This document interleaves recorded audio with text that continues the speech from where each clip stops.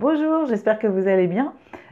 Aujourd'hui, une petite vidéo sur un thème que j'ai déjà abordé, qui concerne le fait que très souvent, on s'en rend pas compte, mais en fait, quand on n'est pas bien, quand on est en souffrance, même sur des toutes petites choses de la vie quotidienne, c'est qu'on est en train de lutter contre ce qui est, tout simplement. On est en train de lutter contre une émotion qui est là, on est en train de lutter contre une pensée qui est là, on est en train de lutter contre un ressenti, on est en train de lutter contre une situation. Toutes ces choses-là sont là, c'est le fait de lutter contre ça qui fait qu'on est vraiment en souffrance. Il y a une formule qui est très connue, alors je ne sais plus du tout de qui elle est, qui est que la souffrance, c'est égal à la douleur multipliée par la résistance à cette douleur. En fait, à 2 reprises cette semaine, j'ai été dans des situations pendant des séances d'hypnose où j'ai eu affaire à des personnes qui étaient vraiment dans une résistance très très très violente de ce qui se passait et qui se sont aperçues finalement que la souffrance venait de la résistance à ce qu'elles étaient en train de vivre, l'une à la colère et l'autre à une peur. Et en fait, ce que je les ai simplement invitées à faire, c'est de prendre finalement l'énergie qui se dégage, que ce soit d'une colère ou d'une peur, utiliser cette énergie pour voir ce qu'elle pouvait en faire. Exactement comme un barrage va utiliser l'énergie de l'eau pour en faire de l'électricité et pour en faire quelque chose d'utile, et bien là c'est exactement le même procédé qu'on a utilisé, c'est-à-dire que je les ai invités à aller récupérer finalement l'énergie de ce qu'il y avait en eux, et j'ai eu envie de vous raconter ces histoires vraiment déjà parce que le plus important je pense c'est de pouvoir prendre conscience du nombre de fois dans la journée, dans la vie de tous les jours, où on est en train de résister à quelque chose et la plupart du temps on s'en aperçoit pas. Donc déjà le simple fait de pouvoir se rendre compte qu'on est en train de résister à quelque chose, en réalité ça met déjà de la distance entre la résistance et soi-même. C'est-à-dire que ça permet déjà de baisser l'intensité. Et puis la deuxième chose, c'est vraiment une fois qu'on s'est aperçu qu'on était en train de résister à quelque chose, d'utiliser l'énergie de la résistance et de se laisser surprendre, presque comme un jeu ou presque comme un scientifique se laisser surprendre par ce qui va pouvoir arriver une fois qu'on laisse la place à cette énergie pour qu'elle nous apporte quelque chose de bénéfique et de positif pour nous. Toutes les émotions qui nous arrivent, toutes les pensées qui nous arrivent, elles sont là pour une bonne raison.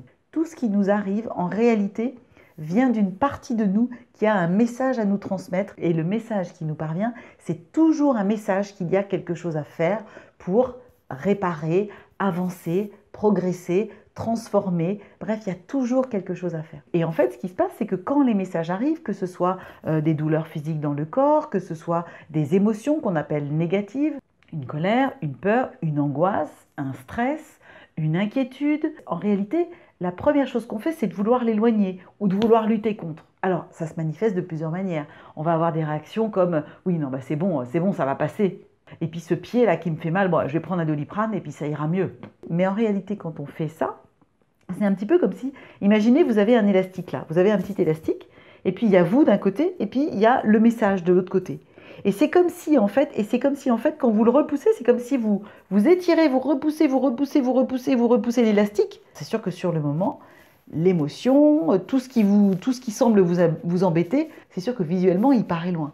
Mais en réalité, dès que vous allez un tout petit peu relâcher la tension, le message, bien sûr, va vous revenir en pleine figure et là, vous allez le prendre 2 fois plus fort. Et c'est un cercle vicieux, tout simplement parce que le message qui est en train d'arriver, c'est quelque chose d'important pour notre corps.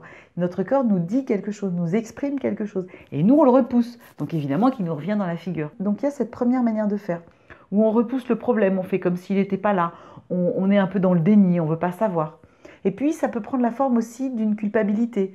On va avoir une pensée par rapport à quelqu'un et on va se dire « Non, mais non, c'est pas bien de penser ça. Non, je devrais pas penser ça. Non, c'est mal de penser ça. » Et en fait, on est encore une fois en train de vouloir faire que quelque chose qu'on est en train de penser ne soit pas là. Mais en réalité, c'est là.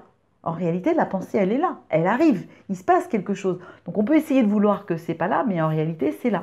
Je prends souvent cet exemple de « je voudrais faire des dessins avec un crayon à papier de couleur rouge ». Oui, mais je n'ai qu'un feutre noir. Ouais, mais je préférerais avoir un papier de couleur rouge. Ouais, d'accord, mais je n'ai qu'un feutre noir.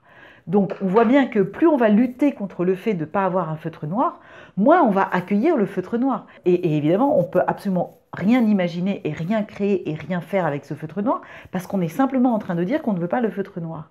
Mais si on prend le feutre noir en disant « bon, c'est sûr que j'aurais préféré un crayon rouge », mais en même temps, il est là, ce feutre noir. Tiens, comment il est, ce feutre noir? Voyons, il est gros, il est petit.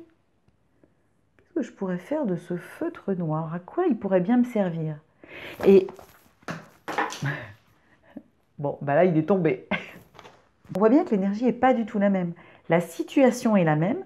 J'aurais voulu un crayon rouge, j'ai un feutre noir, mais on voit bien que l'énergie qui se dégage, on voit bien qu'on prend l'énergie du truc qui nous enquiquine et qu'on le transforme pour en faire quelque chose. Maintenant, j'aimerais vous raconter ces deux anecdotes. Donc la première, c'est un jeune garçon qui fait beaucoup de sport, beaucoup d'activités en extérieur, etc., etc. Et il se trouve que là, il a un problème au genou, il vient de se blesser au genou, et donc il va rien pouvoir faire de tout l'été, ni à la rentrée scolaire. C'est-à-dire que tout son été, en fait, dans sa tête, tout son été est foutu par terre. Et c'est le drame absolu. Donc quand il est arrivé, il était dans une colère absolument dingue, contre tout, contre cette jambe, contre lui-même. Il était dans une colère de dingue contre le fait qu'il a une blessure au genou et qu'il ne peut rien faire. C'est-à-dire qu'il était en train de lutter contre ce qui est. Et il se rendait bien compte que cette colère le faisait souffrir. Elle le faisait souffrir parce que du coup, il était en colère contre ses potes, contre ses frères, contre ses parents. Du coup, tout le monde lui en voulait, tout le monde était énervé contre lui. Plus tout le monde était énervé contre lui, bien entendu, plus lui était en colère contre les autres et évidemment contre lui-même. Et il était dans cette espèce de cercle vicieux. Petit à petit, il a commencé à s'apercevoir, il a réussi à prendre conscience que finalement, ce qui était le plus douloureux pour lui, ce qui le mettait vraiment dans la souffrance, c'est qu'il était en train de lutter contre ce qui se passait. Et il a fini par se dire que peut-être si cette chose-là pouvait lui permettre de faire autre chose, même s'il ne savait pas encore quoi à ce moment-là, que oui, peut-être ça pouvait lui permettre de voir les choses différemment. Alors consciemment, il a eu du mal à le faire. Donc c'est pour ça qu'on est allé faire un travail sous hypnose. Et sous hypnose, ce qui s'est passé a été vraiment extraordinaire. Parce que sous hypnose, c'est l'imaginaire qui prend la place. C'est vraiment une partie de soi qui sait exactement comment faire. Et là, ce qui s'est passé sous hypnose, je l'ai invité vraiment à prendre cette énergie qui avait la couleur, qui était une espèce de couleur rouge, un peu comme des éclairs. Et je l'ai invité à prendre cette énergie. Et je lui ai demandé ce que ça ferait s'il transformait cette énergie. Donc déjà, physiquement, tout ce qui était des éclairs rouges, ça s'est transformé en nuages blancs. Et les nuages blancs, je lui ai demandé qu'est-ce que ça lui permettait de faire, le fait d'avoir transformé cette énergie de souffrance et négative, cette lutte, en autre chose. Et là, tout son corps s'est complètement détendu alors qu'il était jusque-là très nerveux, très agité.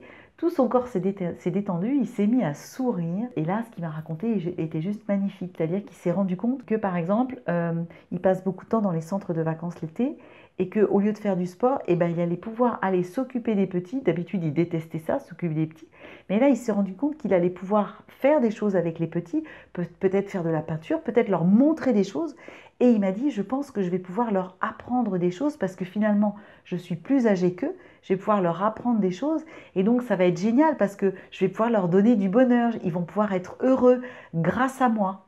Autant vous dire que je ne m'attendais pas une seule fraction de seconde de la part d'un gamin de 12 ans d'avoir ce genre de choses qui sortent. Et donc je lui ai fait vivre ce moment-là. Et plus je lui faisais vivre ce moment-là, plus il était épanoui, plus il était heureux. Et puis après, je lui ai dit, et pour le foot? Et là, pareil. Au début, il s'est fermé. Et puis tout s'est transformé. Il m'a dit, oh, mais je pourrais être l'arbitre parce que je suis jamais l'arbitre. On me laisse jamais être l'arbitre. Et là, je vais pouvoir être l'arbitre. Donc, je vais pouvoir aller sur les terrains de foot avec mes copains cet été. Et puis peut-être, je pourrais les coacher. Il était juste rayonnant, épanoui. Donc, la première chose, c'est vraiment déjà de s'apercevoir qu'on est en train de lutter contre quelque chose qui est là. Et le simple fait de s'en apercevoir, ça met de la distance et ça permet de laisser la place à d'autres choses qui vont pouvoir émerger. Et ça, c'est la première chose et c'est très important. La deuxième chose, c'est donc, voilà, une fois que les choses ont émergé, c'est presque se laisser surprendre. On a en nous tout un tas de mécanismes automatiques qui vont savoir faire à condition qu'on leur laisse la place. À condition qu'on leur laisse la place d'utiliser le feutre noir. Ils vont vous proposer des choses avec le feutre noir, mais il faut leur laisser la place. Donc, on s'aperçoit qu'on est en train de lutter contre ce qui est. 2, dès qu'on s'est aperçu qu'on est en train de lutter, ça met de la distance et ça permet de laisser la place à d'autres possibilités.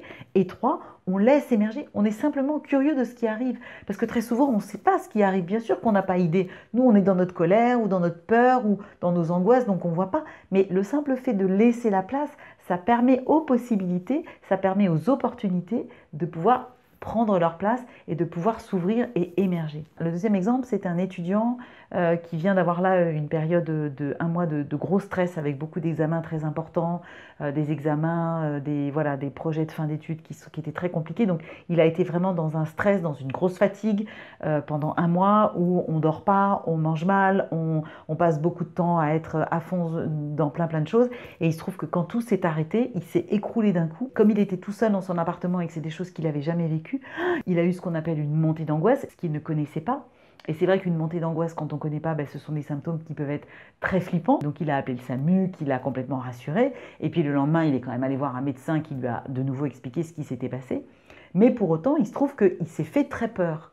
Et moi, il est venu me voir 15 jours après parce qu'en fait, il continuait d'avoir peur. C'est-à-dire qu'il avait pu mettre des mots sur ce qui s'était passé, mais il continuait d'avoir peur. Avec du coup, dès qu'il avait peur, des maux de tête, des bouffées d'angoisse, des maux de ventre, des choses qui l'inquiétaient. Et il m'a dit, en fait, quand ça arrive, voilà, en fait, j'essaye de penser à autre chose, je fais autre chose, je me dis que c'est complètement débile, que je ne devrais pas penser comme ça.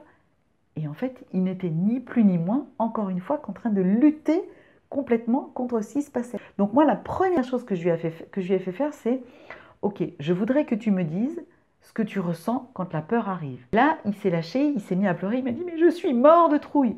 Et je lui ai simplement dit « Ok, fais une pause là dans ce que tu es en train de me dire. Tu es mort de trouille. »« Oui, mais je ne devrais pas. » Non, non, non, non, non. Tu es mort de trouille. Vas-y, laisse vivre le fait que tu es mort de trouille. Accepte cette idée. Qu'est-ce que ça change en toi? Donc la première chose, c'est qu'il s'est vraiment rendu compte qu'en fait, tous les mécanismes qu'il mettait en place suivant le moment, ça n'était que des mécanismes pour dire « je suis en train de lutter contre ce qui est en train de se passer. Je suis en train de lutter contre ce qui est en train de se passer, contre ce que je suis en train de penser, contre ce que je suis en train de ressentir. » Et quand il a commencé à comprendre ça, le corps a fait « Ah !» Un petit peu comme si le corps disait « Enfin, ça y est, tu m'écoutes là. Cool, je suis en train juste de te dire quelque chose. Ok, je suis mort de trouille. Voilà, je suis mort de trouille. » On perçoit déjà là comment l'énergie baisse, comment il y a quelque chose qui baisse. Et c'est très important d'écouter ce que dit notre corps, parce que notre corps, il nous parle toujours. Il sait exactement les choses. Quand on est comme ça, c'est qu'il y a un truc qui ne va pas. Quand on est ouh, c'est qu'il y a un truc dans le corps qui dit voilà, ok, on est bien. Donc encore une fois, la première étape, ça a été vraiment de prendre conscience du fait qu'il était en souffrance parce qu'il était en train de lutter contre ce qu'il ressentait. Alors, je lui ai posé une autre question. Je lui ai dit, à ton avis, qu'est-ce que tu pourrais faire avec cette peur qui est là, avec ces questions qui sont là, avec cette pensée qui est là? À ton avis, qu'est-ce que tu pourrais faire? Et moi, la vérité, j'avais aucune réponse. Je ne savais pas du tout. Mais je savais qu'en lui-même, il y avait des réponses parce qu'on est tous fabriqués avec des solutions. Donc il a réfléchi quelques secondes et il a éclaté de rire et il m'a dit « Je pourrais peut-être lui parler ?» Je lui ai dit « Ouais, vas-y ». Il a commencé à imaginer une conversation avec cette peur. Il m'a dit qu'elle avait de l'humour, il m'a dit qu'elle avait des trucs à lui dire. On n'est dans rien d'autre que dans l'imaginaire, mais le cerveau fonctionne avec notre imaginaire. Quand on dit que notre cerveau a des capacités infinies, il a des capacités infinies parce qu'il travaille avec notre imagination, parce que lui, son terrain de jeu, c'est notre imaginaire. C'est comme ça qu'il met les choses en place, c'est comme ça qu'il apprend, c'est comme ça qu'il nous fait avancer, c'est comme ça qu'il nous fait évoluer. Donc là, il est simplement parti dans son imaginaire, il s'est mis à discuter avec sa peur, et il m'a regardé, il m'a dit « Vous vous rendez compte, ma peur, elle a de l'humour. » Et j'ai trouvé ça génial. Bref, tout ça pour dire, quand vous n'êtes pas bien, quand vous êtes en souffrance, angoissé, agacé, énervé, quand vous vous sentez coupable, quand vous repoussez des pensées, quand vous êtes en colère, commencez simplement par prendre conscience que vous êtes en train de lutter contre quelque chose qui est là. Ça, c'est la première chose à faire. Quand vous allez vous apercevoir que vous avez lutté, la deuxième chose à faire, c'est de vous rendre compte de la place que ça laisse, de l'espace que ça laisse pour autre chose. Et donc la troisième chose à faire, c'est de se laisser surprendre, de s'approprier ce qui est là et de se demander ce qu'on peut en faire. Parce qu'en fait, même si c'est artificiel, même si c'est un peu poussif, le simple fait de le faire, c'est pareil, ça ouvre la porte aux possibilités. Et après, il n'y a plus qu'à se laisser surprendre, il n'y a plus qu'à s'amuser avec ce qui arrive. Vous commencez à me connaître et vous savez que c'est vraiment la manière dont je travaille. Et en attendant, si cette vidéo vous a plu, n'hésitez pas à la partager, n'hésitez pas à liker, vous mettez un petit pouce. Et moi, je vous dis à très bientôt pour de nouvelles vidéos.